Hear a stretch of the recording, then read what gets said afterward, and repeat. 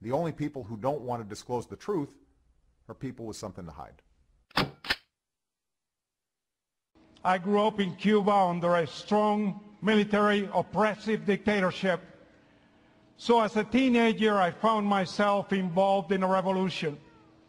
I remember during that time a young charismatic leader rose up talking about hope and change. His name was Fidel Castro. And, we all followed him. We thought he was going to be our liberator. As a result of being involved in the revolution, I was imprisoned, I was tortured, but by the grace of God, I was able to leave Cuba on a student visa and came to the greatest country on the face of the earth.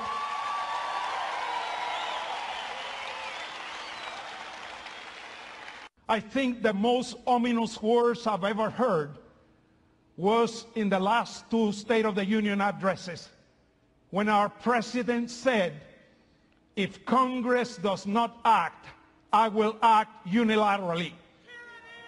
Not much different than that or bearded friend that I left behind in Cuba, governing by decree, by executive order, just like a dictator like Fidel Castro.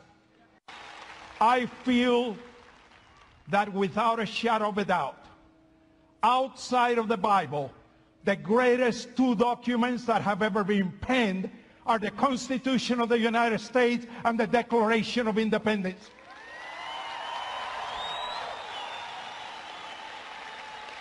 And the reason those two documents have lasted for 230 years is because they were written on the knees of the framers. Men of God seeking wisdom from above.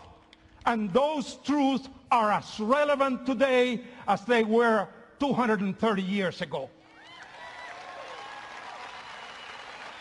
And when we see the intrusion upon our liberties, when we see whether it is looking at our emails or listening to our telephone calls, or when we see the IRS targeting Tea Party groups, freedom-loving groups, because for their political ideology, I say we can remain silent no more. Silent no more. The only people who don't want to disclose the truth are people with something to hide.